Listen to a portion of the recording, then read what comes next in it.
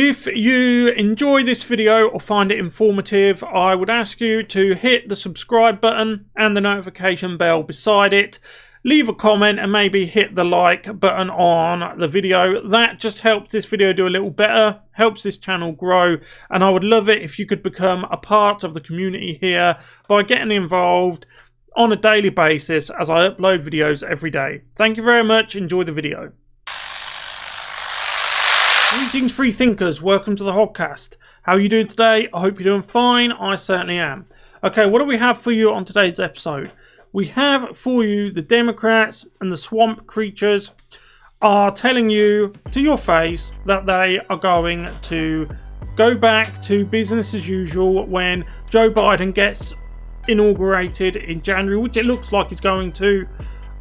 I know that there's a lot of shenanigans going on. I know that Trump is still fighting, which he should. I certainly hope a miracle can happen, but it looks like Joe Biden's going to win. And when that happens, they're going to go straight back to the Middle East conflict situations, these endless wars that never get anywhere, cause much more harm than good, costs you, the taxpayer, an absurd amount of money, and it just doesn't do anything other than make a small group of swamp creatures very rich. And this is Trump's anti-war stance is one of the things, along with his love for his country, which is a crime to globalists. These are the things that they've really got against Donald Trump. And here we're going to look at this clip of a Democrat who's laying the foundations for a Joe Biden, Kamala Harris administration's future wars, in which they are trying to blame Trump already. They're saying, essentially what he's saying is, well, any action we will take is Donald Trump's fault. But you and I know that Donald Trump is the only president over the last 25 years who hasn't started a major overseas conflict. So we're going to get into these right now. If you haven't yet, please like, subscribe, hit the notification bell and share this video around. There's a little share button down below. It's imperative that you do that now because YouTube is trying to throttle the reach of independent commentary channels. They don't want another Donald Trump situation from happening again. Okay, let's go. Iran. Mike Pompeo is in Israel today, doubling down on the anti-Iran, posture, the pro-Israel, anti-Palestinian posture. And also, the Treasury is announcing new sanctions today. It's going to make it a lot harder for Joe Biden to try to resume the Iran nuclear deal. So she just had to get it. This is what I mean about the mainstream media, where they often lie by omission or they manipulate the low information pros, the people who go to work full time. They come home in the evening, they switch on MSNBC or CNN and they think they're being given news. But because they're low information, these people are very good at manipulating ordinary citizens. You notice there how she said pro-Israel, anti-Palestine. Being pro-Israel doesn't mean you have to be anti-Palestinian. And by extension, we could turn that around on her. So if you're pro-Palestinian, does that make you anti-Israel? And think about the connotations there. You see, you can turn it around on them. It also makes it a lot harder for him to do anything in the Middle East with Israel. Well, yes, and recent reports that Donald Trump was actively considering a major military strike against Iranian targets really is quite disturbing. And there you go. There are no reports saying Donald Trump is going to consider a huge strike against Iran. Donald Trump's going to do this, Donald Trump's going to do that. Listen, the man is trying to fight just to get a fair election at home. He's putting all of his efforts into these lawsuits, which look like they're going to be unsuccessful. So what are you talking about? This is what I said in my open. If you watched through my open, I said that they are laying the foundations to blame Trump for their future actions, their future warmongering. Because what we don't want to do is to trigger some type of conflict right now during this transition period when Joe Biden... So they don't want to trigger the conflict now. They're laying the foundation to blame it on Trump, but they're going to later. You see what I mean about lying by omission? They lie by omitting certain facts. Up is down, down is up, war is peace. Biden has to pick up the pieces on January 20th. So Mike Pompeo has demonstrated time and again that he's willing to do Donald Trump's bidding, irrespective of what the implications are for U.S. national security interests.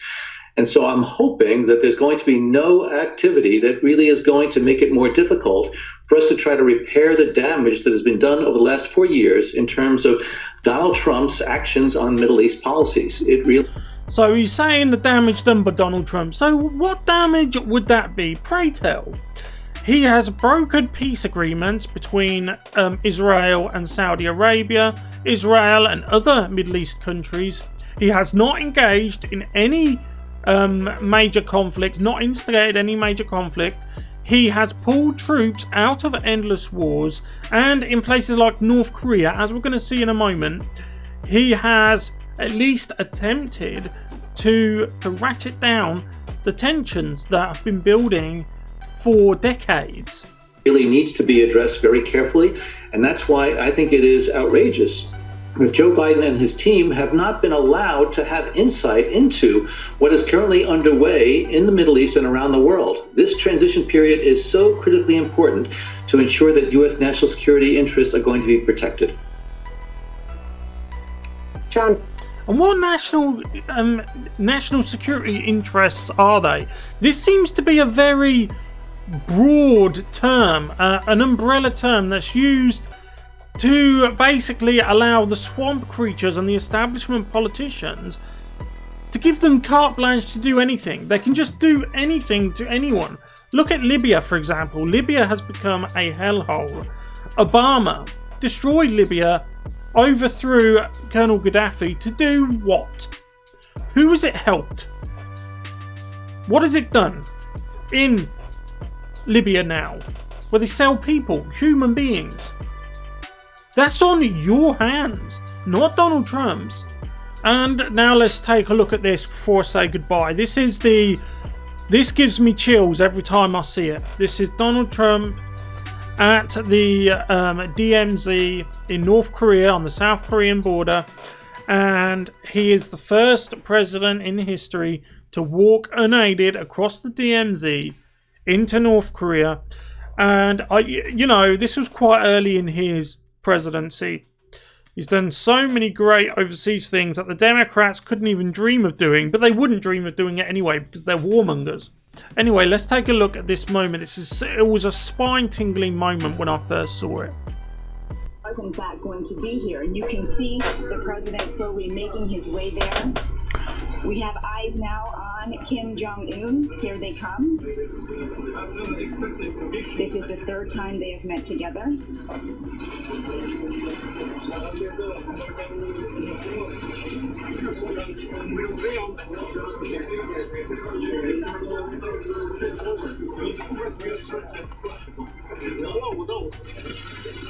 The president has now just made history. Wow. U.S. president to cross over into North Korea. That's a strong man. That is a leader. Is iconic. No American president has done this before. Many American presidents have visited the DMZ as a show of force alongside South Korea, but that crossover is quite literally taking a different side. And isn't that it? We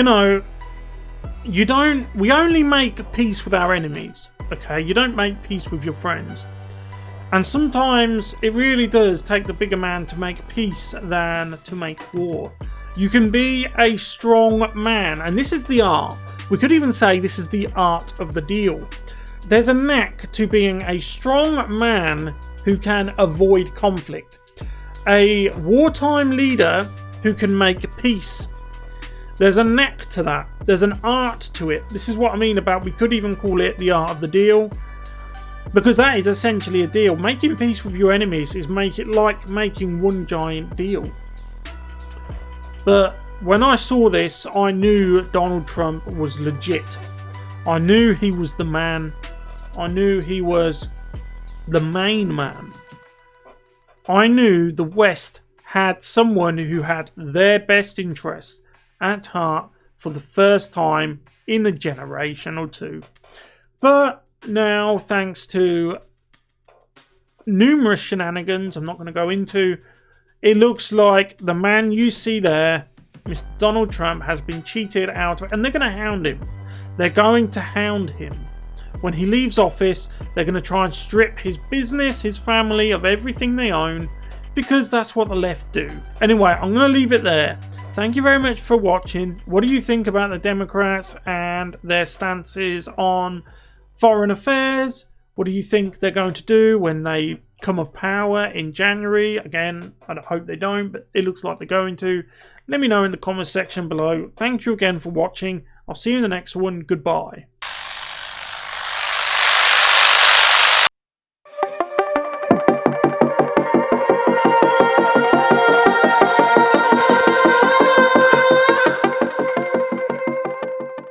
If you enjoyed that video, if I could ask you please to subscribe to the channel, hit that little subscribe bar down below, hit the notification bell beside it, and put it on notifications to all notifications. That will just notify you when I upload. I upload videos almost every day.